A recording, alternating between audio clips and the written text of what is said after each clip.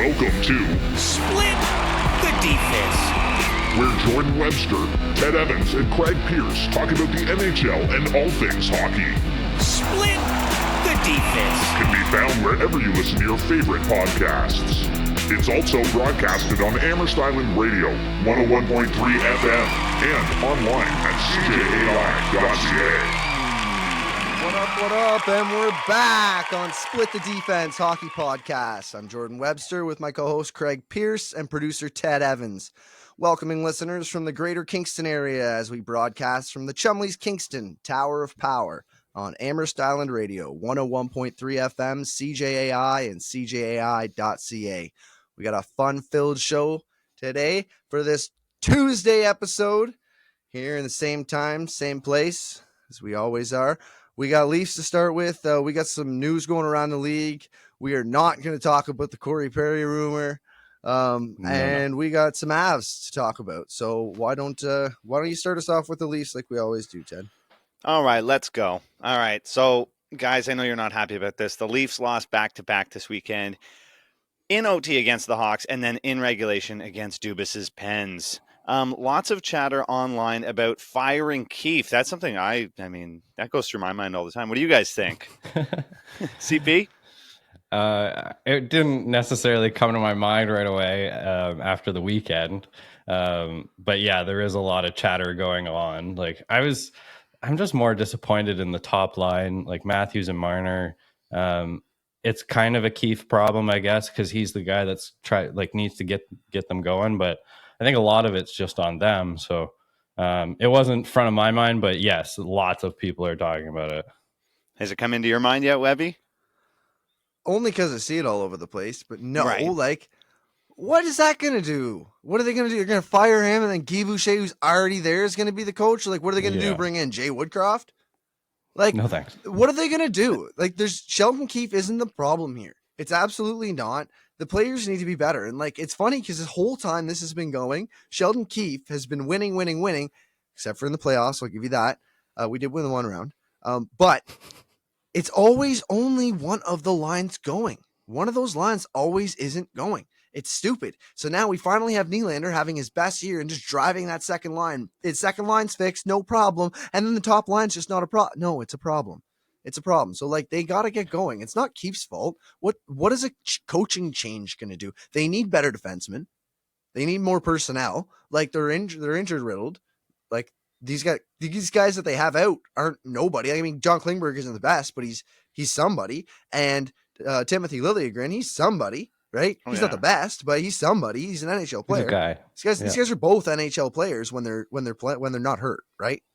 Yeah. So it's not Keefe's fault. There's so many other reasons that the team's bad right now. It's not the coach isn't going to fix diddly. But even actually, as you're talking there, you're kind of convincing me a little bit that maybe it is a coaching thing. Because why is it always just one line going? It seems to that's a problem. He has problems motivating Marner in particular, and anytime he tries to, he seems to have to just walk it back. So I don't know. There's a problem going on, and it's linked within the coach in the top line to me. So. But I don't think that going out and firing coach is really just the bomb that you drop right here just because things aren't clicking. It definitely isn't the answer. No, do a team ski trip. Do some team bonding. That always helps.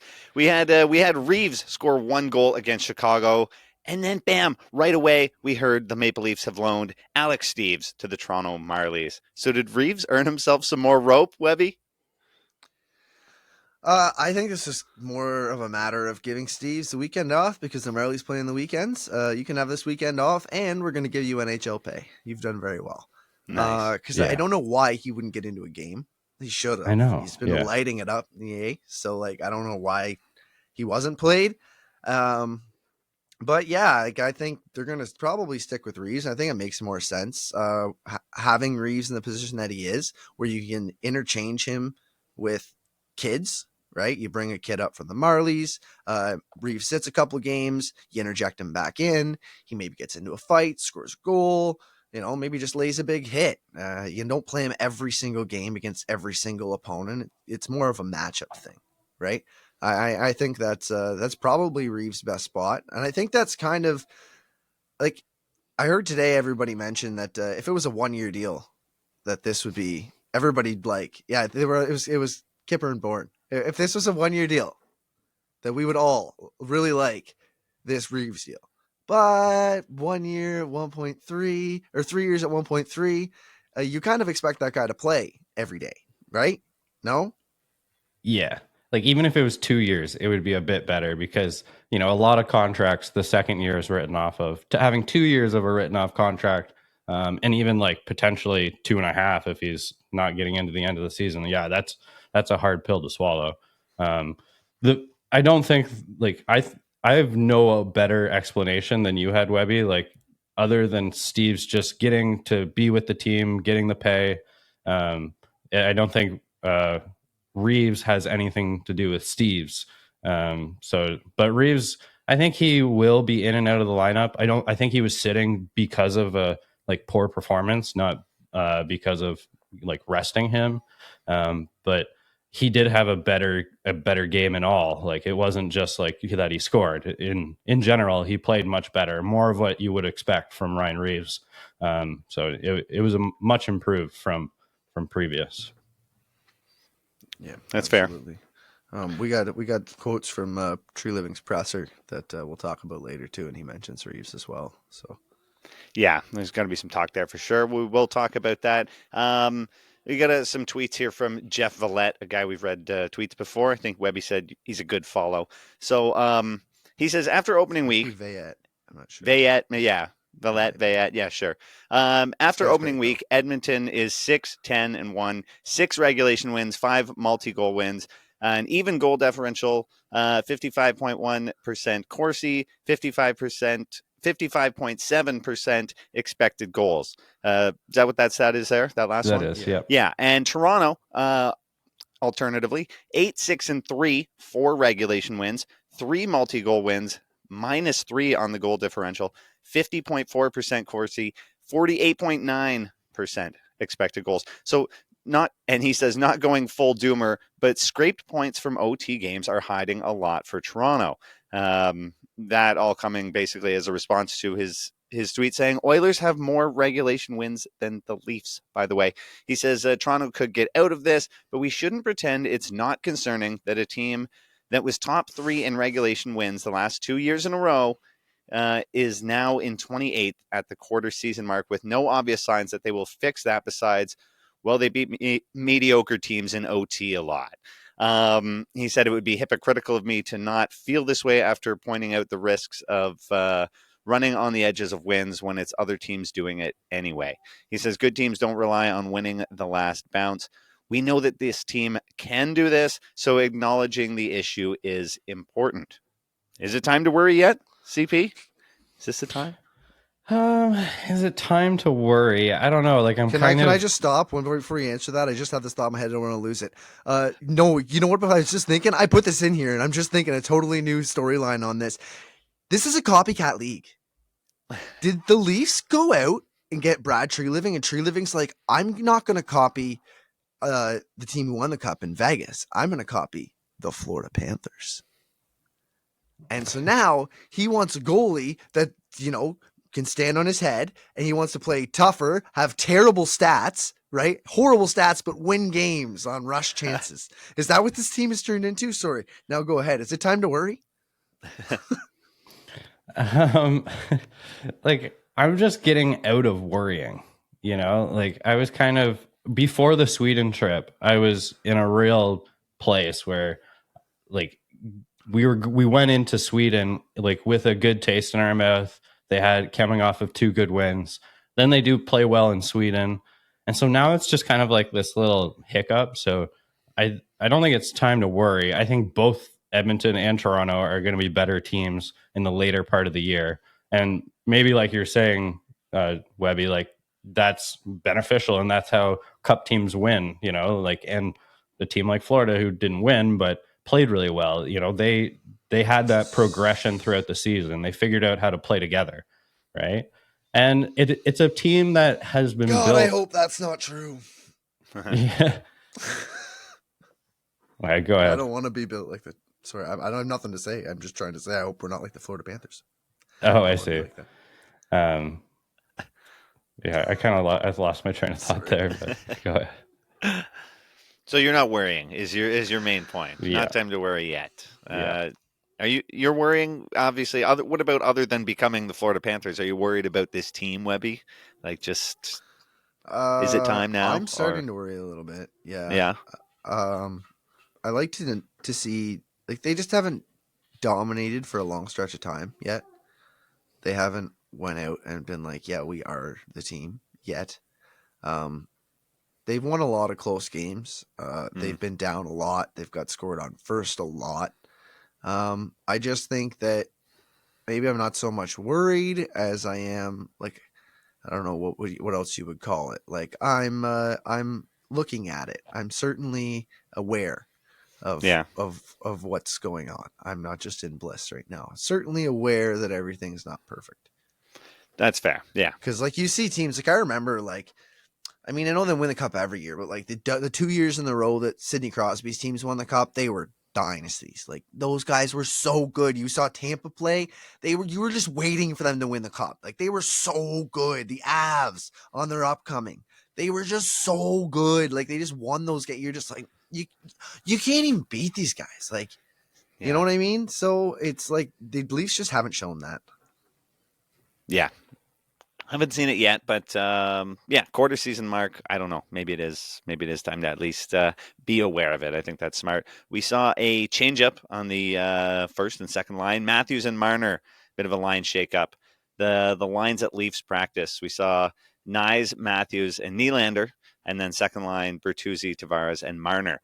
Third line Robertson, Domi, Yarncroke. So Keefe on splitting up Matthews and Marner. He said. There's been great reluctance on my part to make a change on the Bertuzzi, Tavares, Nylander group, but he says the time is right. So thoughts on that, Webby? Is the time right for that? This switch up? I think it's a little late. Yeah, but like, yeah, absolutely. A little I mean, late. like you should have been if you're gonna shuffle everywhere else and everything else, like you know, him not breaking those guys up, like it's funny that he notes, well, I didn't want to break up Tavares and Nylander and Bertuzzi. Both Yeah.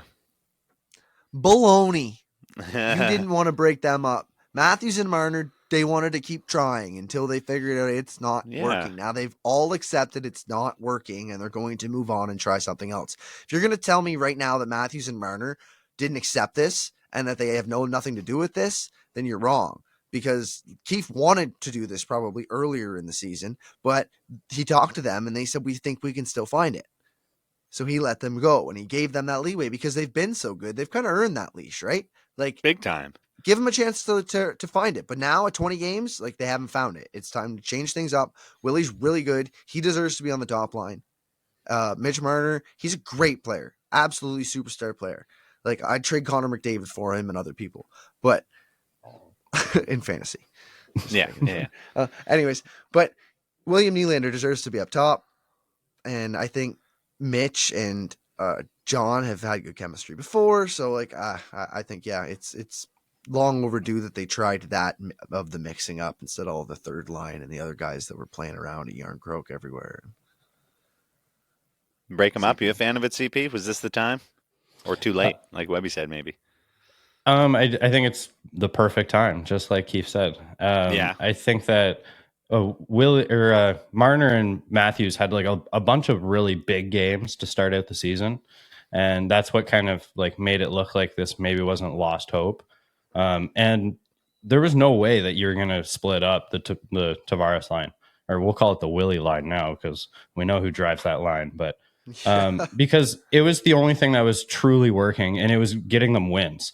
It was a dominant team, and we really saw it in Sweden. Like that was a big part of why they collected 4 points.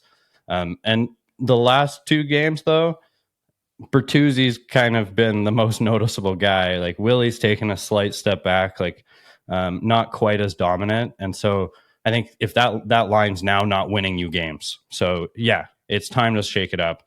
I don't really like this shakeup because I would have wanted to keep those lines as is. I actually would like we'll get to it actually in the Yeah. next part, and I we'll was going talk to about say, it. yeah, we've got to suggest, like, Dangle had a good, another option he thought. He said, I don't know if they have the personnel for this, but I wish they could spread the core four over 3 lines. He said, there's a good chance these lines work out fine, but splitting up the second line is a bummer, he says. So he says, try on the top line, Nyes, Matthews, and Yarncroke. Second line, Bertuzzi, JT, and Nylander.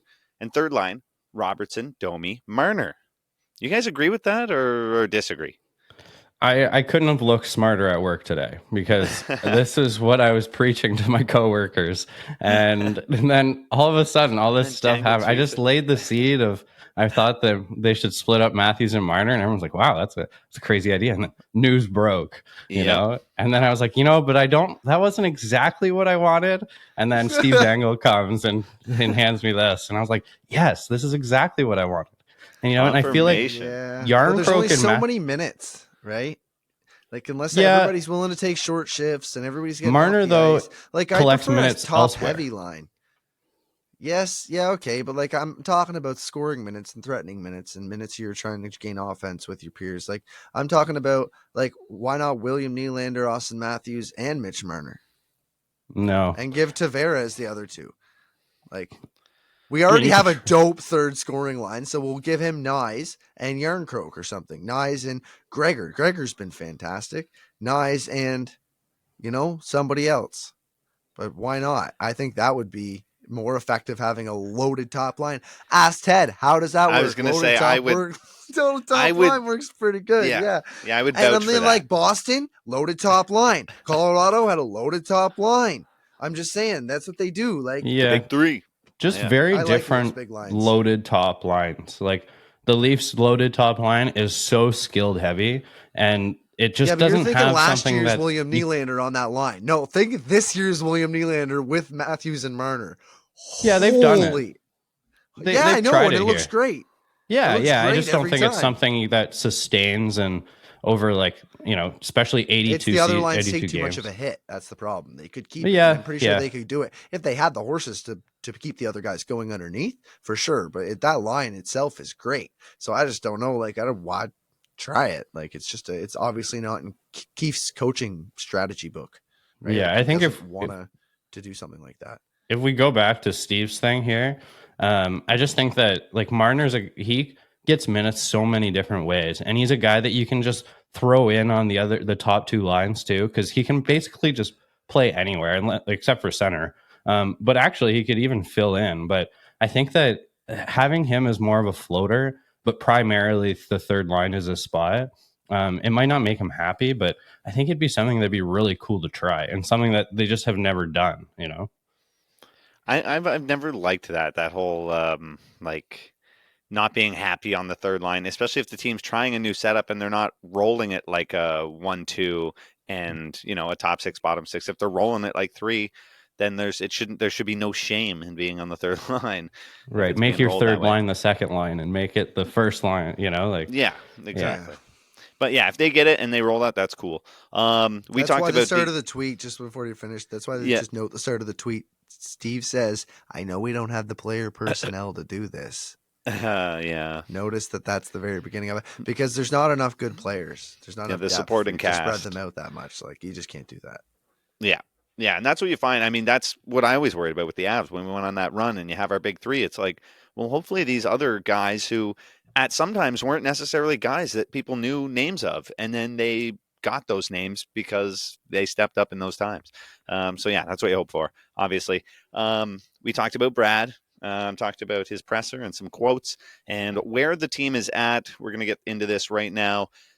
He said, from a manager's perspective, we're always looking at how you're playing. He says, to me, we've been hit and miss. There's been some inconsistency in our game, right? And he says, which is a little concerning.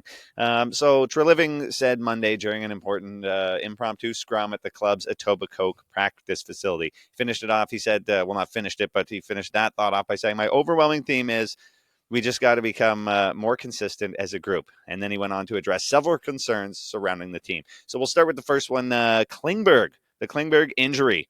He said, this wasn't something that we knew the player was injured and we went and signed him anyhow. We knew the history of the player, double hip surgery in 2014, but we didn't anticipate that there was going to be an issue. So he said, yeah. So Klingberg is meeting with specialists in New York who will help determine if surgery is necessary for a hip issue that has not improved on its own, despite aggressive treatment, as we've heard that term thrown around. I think the most where are we important on that? thing that's noted that I think the most important thing there is that he says, like, we didn't know he was hurt. He wasn't hurt when we signed him. Like, he was hurt, perfectly like, healthy. John Klingberg, who had history of hip issues, and then we signed him, and then he hurt himself. Mm-hmm. In that order, we didn't sign a hurt person, because like that's what we're all thinking, right? And that's what a lot. I mean, not us, but I mean, rival fans, rival execs say to Pierre LeBrun. But anyways, what everybody's saying is that, like, oh, you took him for an LTIR thing. Right. It's that. No, but like, you gave him a shot, and if it doesn't work, you're a team that's willing to pay him. Like, that's just a bunch of whining fans. It's not something that has benefited them. It is, and that's what fans of poor teams cry about. Absolutely, Craig. Yeah. Like, you hit it right on the button. You're like, I don't care. It's because your team's rich. Yeah, our team's rich. Like, I mean, my team's rich. I know. I don't care. Not my money. I don't care at all. Like, if it counted against the cap, still, we would definitely care. But I don't care. It's going to get off the cap. LTIR. Who cares? Whatever. But and that's are they mad at this scenario though, where Klingberg was like, they're just mad at the system? So it's good to know that Klingberg was fine and that Tree Living wasn't hurt, right? Because if he was, then Brad Tree Living purposely signed him for LTIR room, basically. Right? Knowing that if he can take a big swing and a miss, because if the guy's not really going to play, then he's going to go and be on LTIR forever. Right? He's either in or he's done forever, is what people are kind of trying to say. That it's not just going to be something that he's hurt and he'll be back in 6 weeks. Like, they knew when they signed him that if this acts up, he's done forever. Do you know what I mean? And so it's kind of I just don't think it matters. Because they had the cap room to sign him and they had the cap room to play him. So, like, it's one of those things where, like, people are just whining over nothing, because they afforded to sign him before. Now he's on LTIR. And so, like, they're upset that Rogers and Bell are spending their money. But I think that it's, like, something they tried to give him a good shot, and it hasn't worked out. Yeah, but it's not fair to other teams in the league that the Leafs can just spend money like that and just take players and put them on LTIR and get cap space back and take swings and misses all they want. Anyone could have done it. Yeah. I mean, but yeah, you're playing the devil's advocate. I hear you. So, talking about Leafs defense, Brad was talking about trading for defense. He said, you're trying to help your team now. He said the idea is you're always just going to. The idea that you're always just going to trade yourself out of issues isn't realistic. But then he also said it was an area we wanted to see if we could strengthen regardless, meaning defense. He said, now when you have injuries, it tests your depth. You have people probably playing higher and more minutes than you want, and they're hanging in there, but it's certainly an area we'd like to look at and see if there's a way to help ourselves. Do you need it? Do you need the help there? Oh, boys, we're actually getting a trade. Like, this is legit. So this happening. just went from if to when, right? Is it the two guys? This is happening. I don't know. No, I don't necessarily know who, but it's not if the Leafs are going to upgrade their defense. Do you think the Leafs should upgrade their defense? It's when do you think the Leafs will upgrade their defense? Because it's coming, but when is it happening? Because he just said it right there. That's not more plain as day to me. That we're looking. We have been looking. We're trying to upgrade it. We wanted to upgrade it before Timothy Liljegren got hurt. We wanted to upgrade it before John Klingberg was unplayable. So, something to think about, something to chew on there. I don't think he's ever done a press conference and not said that he wants to improve the D-line. It was his first press conference. It was his press conference right after the free agent deadline that he has put the mark down. This is not his blue line. This is a blue line in progress. And so he's been looking for trades for months now. And so we may be getting closer, but I'm not necessarily thinking that any of the names in the rumor mill at the moment are going to be at all what we're going to see traded. Like, I'm more thinking like maybe going back to last year's rumor of the Brett Pesce from Carolina. I don't see him doing a trade with Calgary, which is what everybody wants him to do. I just don't think it's a good look for either side. Like, it's the former boss making a trade with his apprentice, and you're never going to win that. He's coming from Calgary. The owners are never going to allow a trade to go through where he's at all looking good. So I think we might see a trade coming from elsewhere, but probably something that we haven't really heard much of it. Absolutely. That'd be exciting. Okay, Ted, why don't we pick one more of these and then we'll end the Sure. segment here because we're running short on time. All right. We said we'd get into Reeves later, so let's get into the Reeves thing. The Reeves slow start. Brad said Revo will probably be the first to tell you he's had a tough start. He said the thought process behind that signing is what he can add to our room, which we talked about. That character. He said, a lot of things, I think he can play better. He's had some bad luck. I know there gets a lot reported about plus minus and all the rest of it. He knows he can be better, but he's chewed on some minutes, in my opinion, that aren't related to him. And sometimes you go through stretches like that. He said, so hopefully the Chicago game is a good sign to come. But we need more from a lot of guys here right now. Is that true? Is Reeves going to, is him making a difference going to be the start of a lot of guys starting to change too? And what I was trying to say earlier that I don't think really got through to the point is I think this is kind of his role the whole time. 1.3 might have been a little rich, but I think there was other places Reeves wanted to be because let's admit it, our weather sucks, right? I mean, we're no Winnipeg, but Toronto weather and this area, it's there's a snow belt. The other team was Minnesota, it though. Sucks. It sucks. The weathers here suck, right? So I mean, there could have been other places offering their services. And if you're in Minnesota, you're 2 or 3 hour drive, no border crossing. You're a citizen. You can go anywhere, whatever. Your family can, whatever, right? Easy to get around the States down there. Point is that I think paying a little extra might have been worth it because now you have this guy here to be the team dad for 3 years. It's only 1.3. It's once the cap goes up, maybe that variable limit will go up. Maybe Brad knows something we don't. God forbid he and his team are smarter than we are, right? So they probably know, once that CP upper limit goes up, then you'll be able to bury the whole 1.3 and then it won't even matter whether Reeves is here or not. But you know what? He's still going to be, and he'll be in the room and he'll be throwing parties. And when these guys are feeling down and not good about themselves, Revo is going to come and kick their ass. That's what he's got to do, right? Yeah. Totally. Yeah, I've never complained about the money that we're paying Reeves because it's such a commodity that not a lot of players can bring. And I think that you're right that this is his role. He probably knew from the get-go he wasn't going to play all the games. Brad was probably pretty upfront, and that's what the money's for, and so I think that I'm not complaining about it, and I see a lot of people that are, and think they're not really realizing that when it comes to the cap, this is not a lot of money over what you would be paying someone else that brings a similar type role. They're not always going to be playing good minutes. Ryan Reeves. Yeah.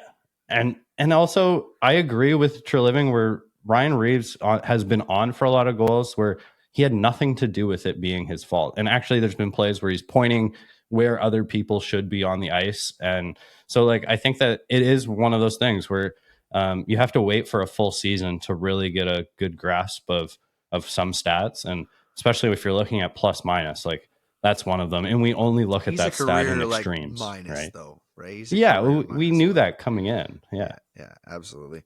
But all right. Yeah. We good on that, or do you got more on Reeves? What do you got? No, go ahead. No, I was just going to say, if we're on a time thing, let's go into north of the blue line. So this is where we discuss the other 6 Canadian hockey teams around the NHL that aren't as important as the Toronto Maple Leafs, but still important because we live in Canada. And CP, why don't you take us away with this? Yeah, we might be trending on. We're talking about the same teams a lot, but it's just the storylines coming and what seems to be out there. So the Oilers have turned it around slightly. They had back-to-back wins on the weekend.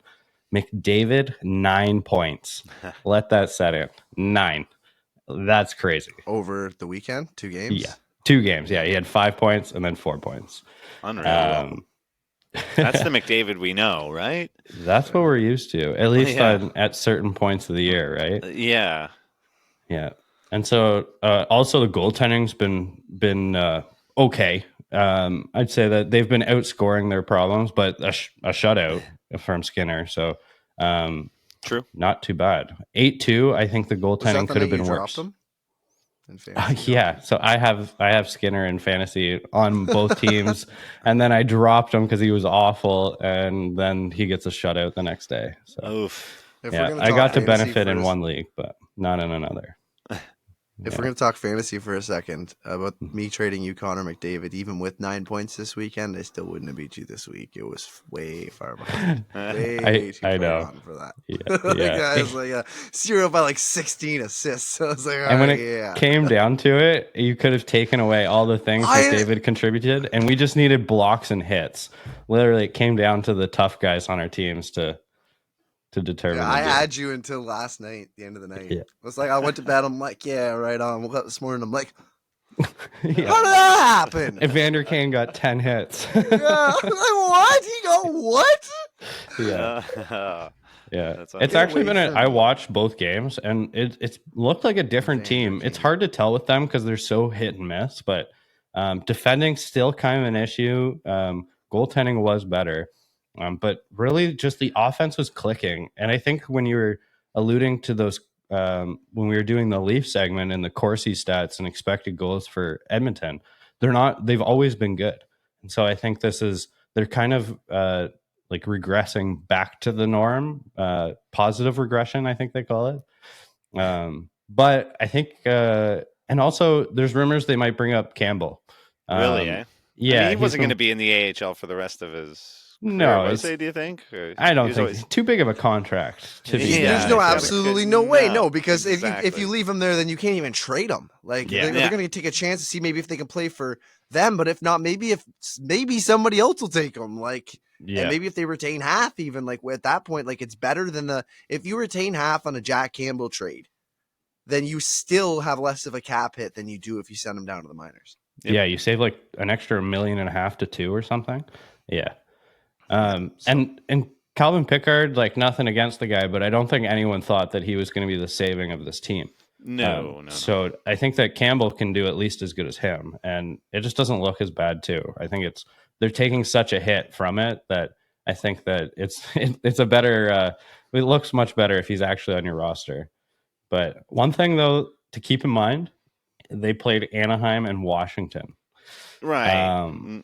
Not Yeah. the best teams. All right. Anaheim That's was fair. looking good to start the season. Kind Yeah. of in a little bit of a I slump don't right watch now, them, but so yes. I can't say they looked good. Their points got on the board. They Yes. got Yeah. points to start Still a the young season, team so- though. They're also Yeah. without Yeah. Trevor Zegras, which is kind of a hit at the moment. But now they have to face Vegas and Winnipeg. That's Right. the next 2 games. So I wanted Yeah, to note so about we'll Calvin see how that Pickard. goes. Yeah. Yeah. My Calvin Pickard, besides him being a Leafs legend, being claimed off waivers with Curtis McElhinney in the same day, his claim to fame for me is on the worst Avs team in like forever. He played like 50 games. Yeah. For that. Yes, Like, he yeah. did. Yeah. But you got to So- celebrate him because isn't that why So, you got like Cal I remember McCarr? like he was the terrible goalie on that horrible team. So like that was like it's Yikes. like just one of those guys, that you Yeah. just remember as a bad goalie on a bad team. Yeah. Or like Totally. an all right goalie on a bad team. Maybe if he's on a good team. Well, that hasn't Like worked he'd out for obviously him. done things in His his claim career to that fame got him is to the NHL, but losing. then yeah, exactly. Yeah, His he's claim to he's fame one is of those losing more than middling he's won. goalies. Like I'm sure he probably does great in the AHL, right? But Probably, yeah. yeah. Anyways, anything Um, else in the north of the blue line? What's going on? And just the opposite of Vancouver Canucks. They start out so hot. We talked about them so much so far. They're my second favorite team, and they've now Really? lost 4 of their Sometimes last Didn't know 6. that. Yeah, yeah. 4 of Did the you get last yourself- 6 they've lost now, and I'll add Ooh, Elias yeah, Rick Pettersson. Tocchet's not happy about that. Yeah, also Elias Pettersson hasn't been good. Really, eh? Yeah, I don't think I have boy. his. I don't have his stats here, but I think like 2 points in those 6 games or so. Not what he was doing at the start of the season. No. This is what I said when we predicted, how these Canadian teams are going to stack up at the end of the year. It was a question from Doug Jeffries, Kingston broadcasting legend. He asked us, to rank the Canadian teams, and this is kind of falling into, I think, what a few of us predicted, that Vancouver wouldn't really sustain exactly what they had going on, and Edmonton would kind of shake things back up and kind of start to fall back into form. Yeah. I still think both these teams make the playoffs. Yeah. Well, man, the West might actually be so bad that the Edmonton still has a chance. Yeah. Like it's like they were pointing out today some of the ways that it's looking over in the West compared to the East, and like you may need 100 points to get in the playoffs as a wild card in the East, and only 90 to get in, definitely. or 89 to get in the West. That's crazy. As well. How things have changed, eh? Like, remember it used to be you go out west, and that was just the toughest road trip for the Leafs. The Wild West. Now all you got to worry about is LA, the flight. San Jose, it was terrible. The flight. Yeah. But now it just seems like it's struggle city over there. Except for Colorado. Yeah. Speaking of Colorado, are we wrapped up here? What we should do? We should find some news about the other teams that play in Canada. We should find some news about Ottawa and some about Montreal. So you know what? Yeah, definitely we will talk about those teams the next time, and Winnipeg, because they're doing really well, surprisingly. Like I thought Winnipeg was going to have a down year, and then all of a sudden they're going on a run and winning a bunch of games, and Connor Hellebuck is finding his stride. Mark Scheifele playing really well. Yeah, I don't like Mark Scheifele, but he's not as a both human. Those guys player, living up to their contracts. There you go. Yeah. Hellebuck and Scheifele, both a big $8.5 or $8.6 million contracts they signed this year. Yeah, absolutely. We should definitely get into some of that. So we'll be sure to cover more Ottawa, more Montreal, more Winnipeg, along with Edmonton and Vancouver and Calgary, who is some stories there for sure. Interesting in Calgary. Oh, Things are kind of up and down. Up and down like the TV signal. So I don't know what to tell you there. It's like, because sometimes you just want to say, "Oh, maybe they," before you can even get the words out of your mouth. Yeah. I don't think they're a team that's going to be going up as much as they're going down. So. Yeah, which is crazy. It's crazy. Like, how are they going to? And you know what? Actually, we can stay in north of the blue line for like one more minute. Nazem Kadri openly said that if it's going to be a rebuild, that he wants nothing to do with it. He will not be. Yeah. Do you blame him though? No. Yeah. No, not at all. He's Man on the came end of from his the top career. of the world, winning the cup with the Avs, playing like doing It's only all the $7 stuff. million. If he can get back to form in Calgary a little bit, then maybe you could see him being traded potentially. This GM didn't sign him, so potentially. All right. Well, that was north of the blue line, and that's where we cover the other 6 Canadian teams in Split the Defense Hockey Podcast. I'm here. Jordan Webster with producer Ted and CP Craig Pearce. We are going to get into the Avalanche. Yep. So the Avs win back-to-back this weekend against the Wild and the Flames. Felt good. Drew Livingstone noted big back-to-back wins by the Avs, now alone atop of the Central Division at 14-6-0. It must be nice to have a winning team. Yeah, not much of a competitive division, as we were saying. The Central and then all of the West, though. Avs look good out there. Yeah, must be nice. It's fun out there, eh? Yeah, just living in the Wild West. So the Avs have won 7 of their last 10. And I love it. They're the top 10 teams in the NHL based on points percentage. They are 5th in the league right now. Only better is Rangers, Bruins, Kings, and Knights have better winning percentages. The Rangers 8-16. That's crazy. I know. Rangers are on a tear, apparently. Maybe we should check into them and see what's going on there. Really? So Saturday night was an absolute riot. And Ryjo had a great clip. I just clipped a couple seconds of it, but we got to listen to this guy. Okay. Here we go. We got Ryjo. This game. Just use this energy to our advantage. It's we love playing here and can use it to our advantage to help rack up the wins. So that's how we do a Saturday night right there. Yeah, Saturday night in Ball Arena. That's right. Okay, so I should have started it off this way, but Ted, can we get a whoop whoop? Yeah. Whoop whoop. I love it. All right, so things are going off. Everybody's feeling good. The Avs have won 3 in a row now. Have outscored their opponents 19-6 over that stretch. Holy smokes! This is Avs fans. I know they've had some brutal losses this season, but they are actually 1 point ahead of their pace through 17 games than in 21-22 when they won the Stanley Cup. So That's they're 1 sick. point ahead Wow. now than when they had the Stanley Cup. Yeah. So I remember that year because there was some at the very start of that year. There was like we had a few little injury things going on, and I remember saying to you, I was like, "Man, like I'm not super confident about this," and then they strung everything together, and it just went nuts, and there was nothing but confidence. I think every message I sent you was like, "Avs are winning the cup," and you're like, "Yeah, but what?" And I was like, "Avs are winning the cup." Oh, I could see it though. Like they were the next up. You know what I mean? Like they were next Oh up. yeah, Absolutely. yeah, they were going. playing Tampa, which was tough, but like they were. You can Yeah. just see like if Carolina doesn't win the cup, Carolina doesn't win the cup. But if Carolina wins the cup, we're all going to go Carolina's due, right? They've Sure. been there a few times now, right? Yeah, They're always definitely. up and in there, like for a few years over in a row. If they don't, they don't. Sometimes teams max out there, New York Islanders, but that's like in recent memory. But that's Yeah. what I'm saying. So maybe I don't know. I just think the Avs absolutely need to find a guy like Landeskog, who Jared Bednar said isn't out for the playoffs, and maybe this team goes on another long run. Yeah. I think finding a guy like Landeskog is obviously a tough bill to fill. No, just Landeskog when he comes back. But yeah, when he comes back, that's going to be But Jared Bednar literally said, we already talked about this on the show, that Landeskog will be back. He said if I thought Landy would be out for not the playoffs, then I would have had consideration about giving the C to somebody else. Remember right when we talked about oh, that? yeah. Which makes you note that Landy's probably not going to be out for the playoffs. We also noted at the beginning of the year when we talked about Landeskog being out for the year that he might not miss the playoffs. He'll be out for the season. Maybe not. It's so hard to speculate. I do not want to get my hopes up, and I know Bednar said that, and I know. Oh, but with with him on this team, oh my, there you go. Insane. That's the clicker. That everybody slots down one, and all of a sudden it just clicks. Because man, you put Landy back up there with Rance, and everybody can figure it out from there. Oh boy, I know. Oh boy, especially if Johansson can be having good Saturday nights. Like he was there.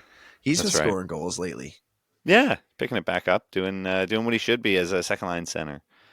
I think. At $4 million, you can't really complain either compared to the $8 million that he was signed for, getting him at 50% retained. Thank you, Joe Sakic. Yeah, straight up. That was I enjoyed that whole thing. Or whoever your pawn is that runs the... Can't even remember. McFarlane, right? McFarlane, yeah. Chris McFarlane, like, no, it's Joe Sakic. Right, Joe Sakic makes he's the head of hockey operations. Yeah. He's overseeing everything. Yeah, exactly. So I wanted to ask you about a player that you have that plays both forward and defense. Yeah, Curtis McDermott. Yeah, who's been a healthy scratch most games this season. Took a pass from Cogliano, deked the goalie, and scored the game-winning goal. Yeah, and that was good. Awesome. So. Curtis McDermott isn't your offensive defenseman type. Really? No, look at when he plays defense, right? Exactly. But he can play forward. That's right. So he does have that skill set. How valuable is that? Like how I wouldn't even know what that's like. Almost like the Shohei Ohtani of hockey. Like you're figuring out like he can play. Like if this guy puts on goalie, have we tried that? We might, we could use him as a backup. I'm sure it's better than a healthy scratch for him. Yeah, he blocks pucks. He just give him bigger pads. He can do it. Yeah. Like Curtis McDermott, that's so invaluable having a guy that plays like that. It's incredible. There's a guy that's hurt. He's like your 13th forward and your 7th defenseman. He's not like, he's like in the lineup as a forward, but he could play defense. So like we keep him in the line. No, he's like just as good at both. Like he's kind of he's not got to go to defense. He's kind of good at forward. So like put him in on the fourth line or put him in on the third pairing. Fill in here, fill in there. That is such a valuable player to have in your team, and it's Curtis McDermott. I can't believe I'm saying this right now. Like it's I know. It's you think about it like that though, like that's awesome to just be able to have a guy who just fluently goes back and forth as like a 13th forward or a 7th defenseman. Anybody in your lineup all the time, that's not all right. Like you want to stick to one position, be good at something, right? But as a spare, that's like a utility baseball player, you know? Like that is so handy. He's found a very good niche role. When I saw his name come over the thing when we got him from LA, I didn't think anything of it. I was like, that'll be a nothing thing. And I think even some of the tweets that came out, they were like, like Avs signed, like picked up McDermott, like whatever it was. I was just like, okay. Like McDermott, sure. But ever since, like he played a role on the cup winning team. And that's it. He's scratched some, like most nights really. He's a spare guy, but when he's in there, he can literally fill out any role. Like, he might as well be the E-bug too. Like get it. Like if we both goalies go down, strap him up. You're right. Like he'll be like literally like that's the perfect spot for him because like he's not even your third string goalie. He's like the E-bug. Right. Like, he's the guy. Like everybody goes down, and then we had Curtis McDermott. Well, Curtis is here. Curtis can play. But you want to put on the pads, Kurt? He's like, all right, I'll try it out. Yeah, I want to play tonight. So. Like it's amazing. I just love that guy. Like, and his interview, did an interview with TNT, Biz Nasty and Gretz and the guys there, and it was a great interview. And he's quoting, "Where'd you learn that move?" And he says, "Biz Nasty's hockey school." Like, he's a great personality, right? So you gotta love that too. An absolute beauty on top of it, for sure. Sure, Curtis McDermott. We love him in Denver. So.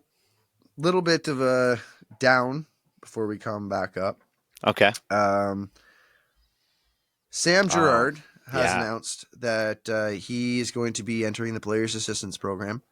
He made a statement, and I'd like to read the statement. He says, "I have made a proactive decision to take care of my mental health and will be entering treatment for severe anxiety and depression that has gone untreated for too long and led to alcohol abuse. Taking care of your mental health is of the utmost importance, and I encourage everyone to speak up and seek help should you feel like you need it. And I want to express my gratitude to my wife, family, friends, the club, my teammates, and the fans for their patience, understanding, and continued support." And I just want to continue that support to Sam Girard here. Yeah. I don't know if anybody listens or watches this, but if it ever gets out and anybody sees this, Sam, we support you.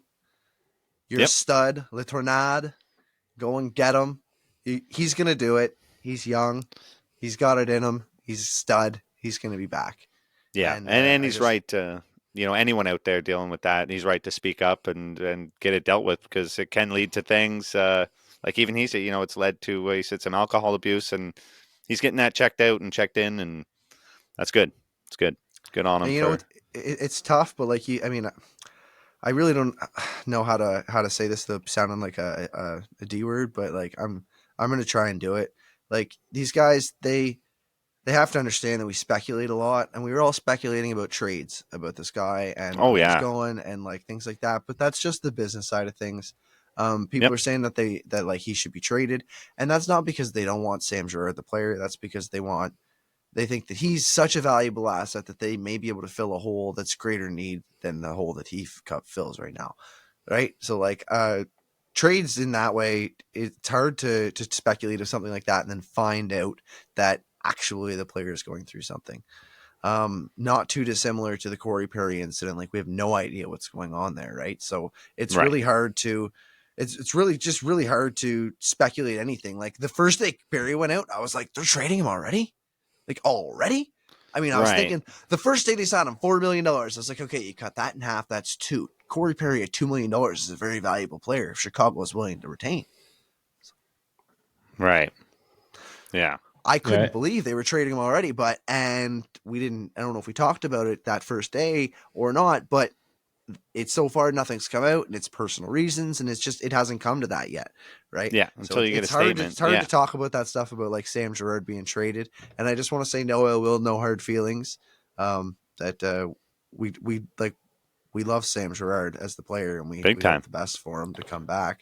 It's just that, when you see a player go out, the business side of the media wants to cover, well, where's he going? Where has he been traded? Is he hurt? Right. Things like that. So it's a really tough subject. Yeah, I think the important thing is that if anyone is struggling with mental health, then seek attention. It shouldn't be something you're ashamed of. And I think a lot Yeah. of people are suffering out there that are just afraid to like admit it to themselves or to the people Just around anyone them. else. So Yeah. so I think it's a strong message that Gerard has just taken a time to help himself. I think that's a great thing for other people to see as well. For sure. Yeah, exactly. He's a role model. Good for him. Yeah, good for him. So we're gonna stay a little low, but get a little happier, and we're gonna end on a high note. The Avalanche told the Snow family. You guys remember the Snow family? We covered them earlier in the season. Chris Snow was the GM of the Calgary Flames, who passed away from ALS, and they Avalanche wanted to honor him, and they asked his family to come. They asked Kelsey, his wife, and their children if they would be guests as the Avs guests. So he has no ties to the Avs that I could find on the internet. But he worked for Minnesota previously, and then he went to Calgary, is what I found. But they wanted him there for the Flames game with the Avs, or they wanted his family there. And they made a memorial. They didn't just send personalized Makar jerseys, but they're also game official jerseys with a patch in support of ALS victims and fighters that says Snowy Strong and all sorts of great things. Very awesome. They also paid tribute in the form of video before the game. Just a really awesome gesture all around. What a class act by the organization. Honestly, I would think too. Yeah, like you said, no like official connection. Like you never like worked for the club, but I'm sure dealings over the years. I'm sure the people in the club, all these GMs, all the GMs and people around the league, kind of, they all know each other. There's the big GMs kind of meetings and stuff like that, and Chris Snow is known as a guy, like a really good guy around the league. So I think anyone who interacted with him was probably touched by him and in his ways, how good of a guy he was. So it's so nice that the Avs would do that and and bring the family on as guests. That's awesome. I love that from the Avs. I was just going to say, like, this is a great message to the family that he's not being forgotten in the hockey world. And I think that there's an overwhelming message that he was a really well-loved guy. And I think that he's someone who's going to stick in the hockey world, even though he's passed. I think it's I started following him. He was inspirational. Like he was awesome. Oh, super inspirational. Super sad to see that stuff happen. Like, one of those things you just stumble upon as a new Twitter user, find Chris Snow, and then all of a sudden this happens, right? So it's sorry to see it. Like I hate to see it. I have family members that have dealt with ALS. It's a absolutely disgusting disease. It's horrible for your family to endure. So it's nice to see the Avs doing that for Kelsey and the kids afterwards. They need some light, and you should have seen the kids' faces on the hotel beds when they got invited. Like they were stoked, right? Nice. That's what it's all about. Let's keep going. Sure. Let's keep going. Yeah. So let's keep going. Let's move forward right now. As we record, it's 9:24 p.m. on a Monday, and you guys are all going to listen to this on a Tuesday. And the Avs are playing the Tampa Bay Lightning. And Ted really wants to get to that, so we're going to get out of here in just a minute. But John Cooper was asked about Ross Colton, obviously, because he'll be playing against his former team. I think for the first time, right? Yeah, I don't think we've played Tampa yet. So John Cooper says he'll always go down in Tampa lore. He got the big goal to win the Stanley Cup for us. These are always tough for me because we've lost so many players over the years. And it feels like there's a tribute video every week for a player that's coming in, and it would be the same for Ross. He was a really popular teammate, one of those guys that came up through the ranks with us and developed. It's great to see him having success. He deserves it. Because of the business, it couldn't be with us, but I'm glad that he's landed in a great spot in a great organization under an awesome coach. Nice. How come Bednar can be nice to the Avalanche and just not the Leaf? What is Cooper, how come Cooper? Yeah. He's nice to Bednar, but he's not great. Sorry, I was going to say that's one of the few things I've liked John Cooper was the say. nicest thing he's ever said in whole entire life. Like what? I need to hear the actual awesome coach, video a of great this. team. Yeah, I need to see the video evidence. I need proof this is actually his words. No, This was a tweet written by Megan Angley. no, she's on legit. Twitter. Yeah, That's for a legit sure. source. Yeah, I was kidding. I know. So, yeah, we were. But still, oh my honestly, John gracious. Cooper, yeah, thanks. I mean, under an awesome coach, that's right. Ross Colton, man. I think he's got 7 goals for us now. So what I wanted to pull wow. from that, Ted, is we not talked bad now. about the Avs going to the Stanley Cup. They need guys. And Ross Colton's a warrior. Yeah. Ross Colton scored the game-winning Stanley Cup goal. Yeah. He can do it again. Yeah. Oh, yeah. I think the Avs, they got pieces together here that We've got a few guys who've scored cup it's winners funny when now on you the pull team. a guy, it's like he's good, but he doesn't fit. He's got this promise, but he's not good here, and it's just not working out. But we see he's got skills, and then he fits in on a team, and all of a sudden it just clicks, and it's like, oh crap. Yeah.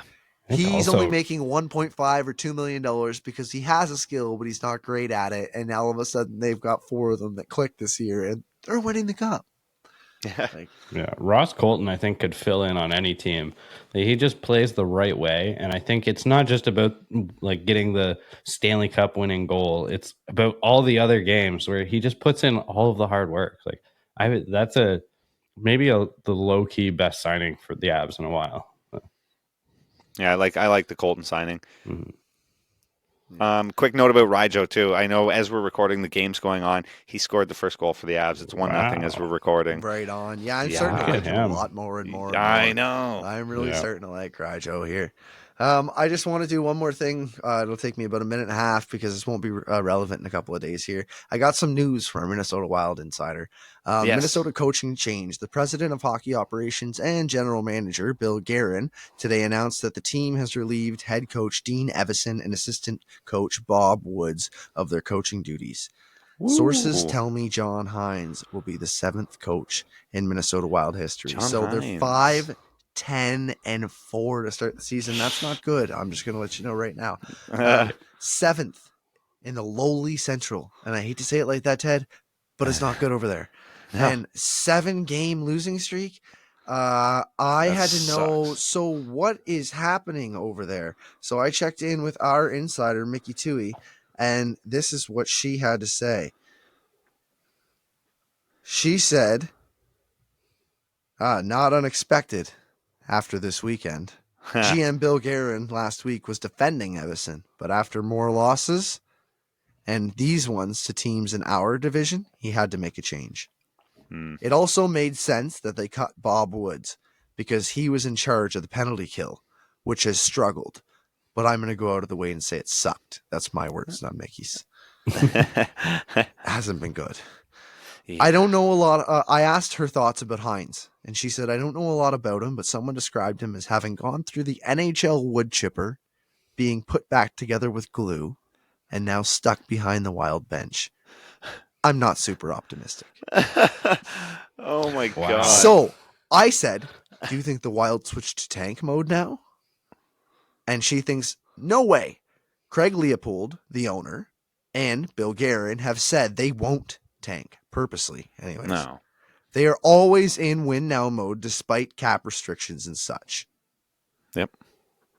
That sounds right. I believe that out of Bill Guerin. So even and though Mickey, all this is happening and they're losing and they're going to fire the coach, they're just going to try and keep winning because the Central sucks that bad. Yeah, they can. It's all you got to do is turn it around. Maybe turn around we at some could point. get second. Yeah. Yeah. Yeah. Exactly. This is where the owners see the potential of money from playoff games when like fans probably are just like, come on, like we could just get a first round pick, like first overall. I know Minnesota's always like 14th to 17th, like always somewhere in there. That's the worst place to be too. Every year. Yeah. Either want to be funny. You want to be great or awful. Anything in between, I don't accept as a good plan. Like if you looked up mid in the dictionary right now, there's the Minnesota Wild. The Minnesota and their Wild. cap hit. Like, I mean, it doesn't so even, good. not even the cap, but like before all that, like the Minnesota Wild have never been terrible in my memory. They've never been horrible in my memory. Except for like their first year. Yeah. basically. In my memory. So like I'm talking since probably 2009, 2008 when I really started following them, right? Like the hockey is where I really started following the league. I followed the Leafs when I was a little younger, but point is looking around the league, Minnesota Wild, we're always like, oh, they're all right. How come they're always 16th? Yeah. Like every year they're always 16th. And Kaprizov was supposed to be the it's change crazy. of that, It's crazy that they're still going to go for it. I hate. If Mickey listens to this, I don't want her to slit my throat. But like, I don't know, man. What's going on over there? We're gonna have to have her back on and ask like, what is happening? Because every year they're just kind of mid. They're halfway between. They're not good. They're not bad. Fire the coach, and I figure like everybody else fires the coach, and you think they're going to tank unless they have Connor McDavid. And they're like supposed to be great. Like the next move is fire the coach. Like dead cat, older players, no real superstars. You're gonna fire the coach. Like it's time to just get a couple of good picks and then come back up. That's how the league works, right? Yeah. But here they're like, no, we're still gonna try. We like our 14th and 15th picks. I mean, they got Kirill Kaprizov in late rounds. I can't remember. It's a 4th or a 6th or something. Like he was really late. Like I don't remember. Kaprizov. Yeah, he was like 90. I think he was like a 4th round pick, 90th or 91st. Jeez. But yeah, so obviously they're like, yeah, we're good at that. I don't know. Crazy things going on. Anyways, that's it. That's all. We will chat back in, check you guys all out. On Thursday, we record a Friday pod, and we aren't allowed to use the Friday music anymore because we got copyrighted. So, thanks for tuning in here on Amherst Island Radio. And we will check you guys as soon as we can. Peace. Peace.